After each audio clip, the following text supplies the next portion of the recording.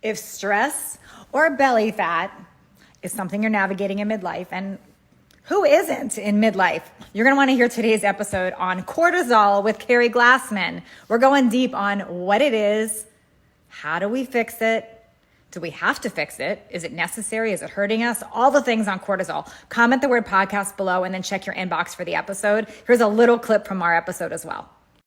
Most people think of cortisol as cortisol, the stress hormone. I have to manage my cortisol, belly fat. And I'd say that's where the knowledge generally ends for most people. So I think you're spot on with that. And I want to tell people to start with that. First of all, cortisol isn't a bad thing. Cortisol is actually a good thing for the most part when it's controlled properly. Like anything else, when it's out of control, so when there's too much of it or when there's too little of it, or when the rhythm of it, which we'll get into, is off, that's a negative thing. But cortisol, when it's doing the job it's supposed to do, is really pretty magical and something that plays a really big role in all of our lives and how we function and our overall health.